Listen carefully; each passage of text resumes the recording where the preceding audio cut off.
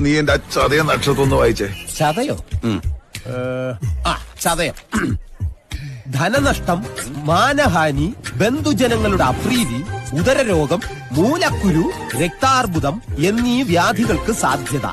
ഇതിനേക്കാൾ ഇവര് മരിക്കുമെന്ന് എഴുതിയപ്പോ വെള്ളി ശനി ദിവസങ്ങൾ ഉത്തമം ആയി കാണുന്നില്ല. ഇന്നേതാ ദിവസം? ശനി.